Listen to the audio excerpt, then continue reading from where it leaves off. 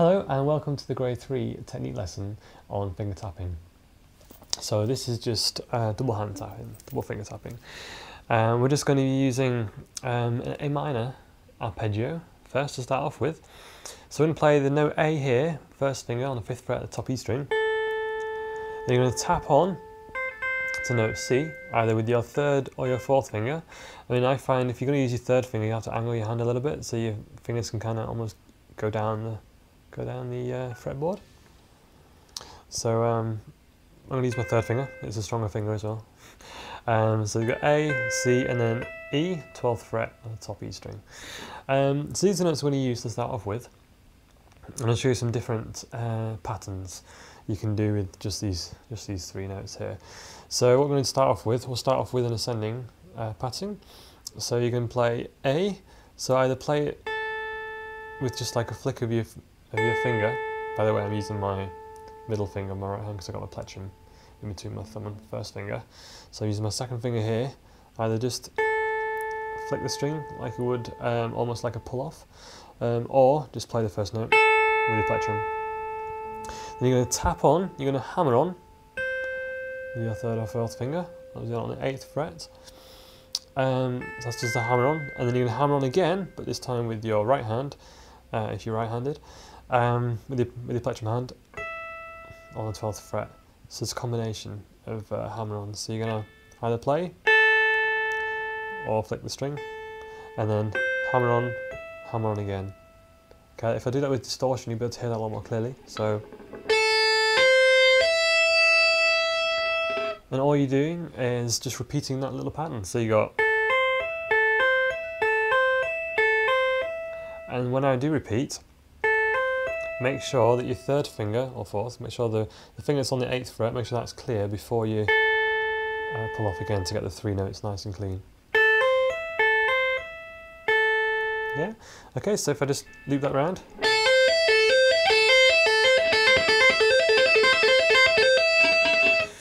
So you can build up a little bit of speed with that too.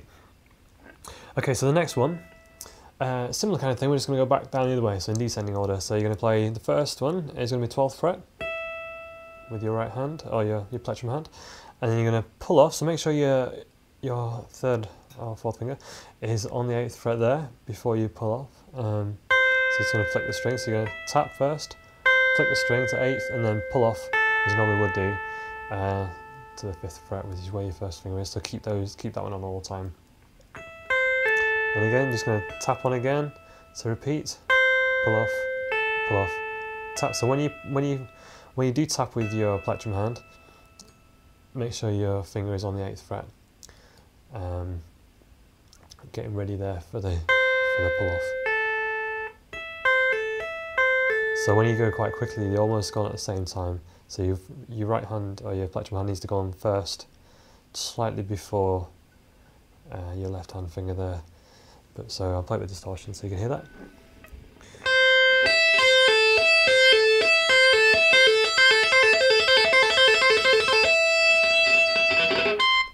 Okay, right. Another little thing you can do there. Same 3 notes.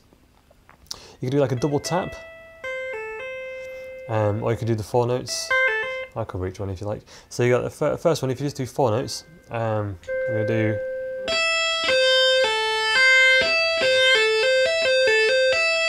So it's similar to the last one we just did. First 3 notes are the same. All you're going to do is come back to add an extra note with your 3rd or 4th finger on the 8th fret. 1, 2, 3, 4, 1, 2, 3, 4. And another variation of that would be to do the double tap like I just mentioned before, so I'll go like this.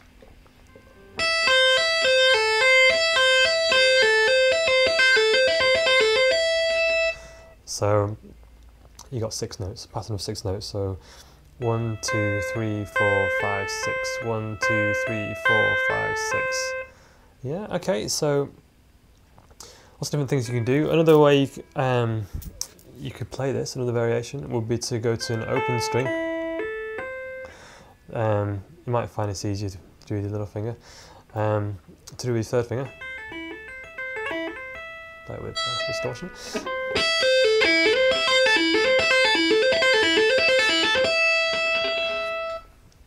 So again, it's on the 6-note pattern. So 1, 2, 3, 4, 5, 6.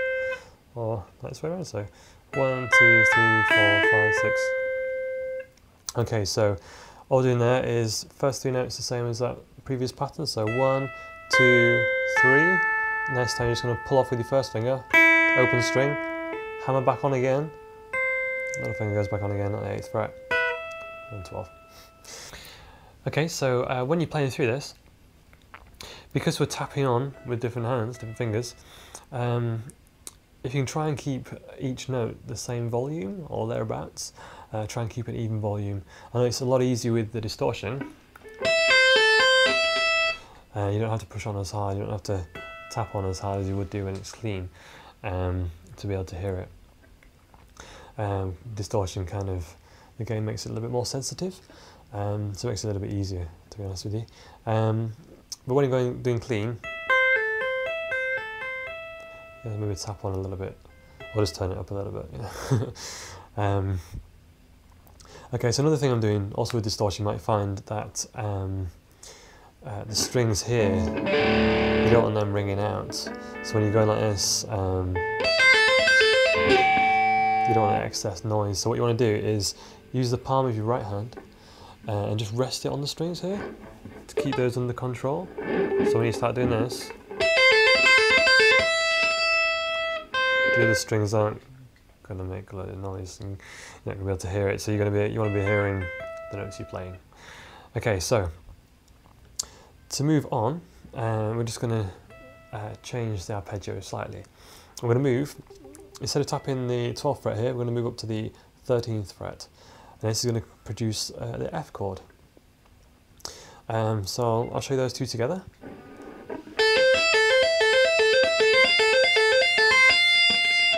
They sound quite nice together. In the example, I played those two together, then I went back to the A minor shape. And then I also moved my left hand this time. So if you move your left hand down 1 fret, you can play 4 and 7 this time, along with the 12th fret with your picking hand. This produces the chord of E. I'll play that. So put together will sound like this.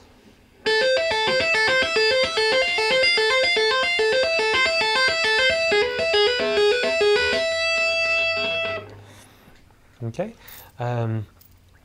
What I then did was just to vary it a little bit more and to finish the lick. The second time round, I played it like this. I moved up with my picking hand. I'll show you.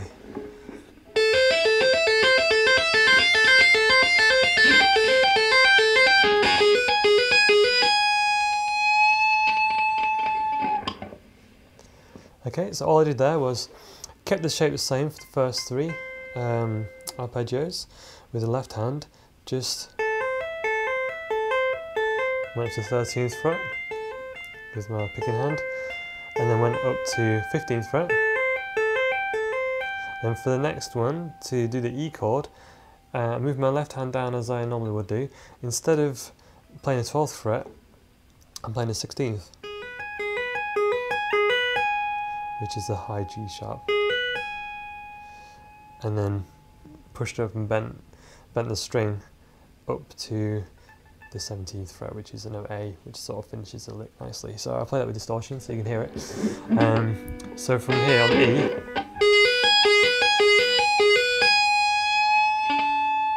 all I'm doing there is bending the string up, but using my left hand as an aid, just to get the strength to push up. So I'm just bending it up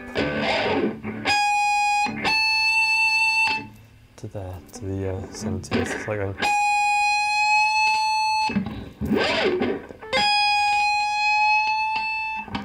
Okay, so I'll play through that all the way through.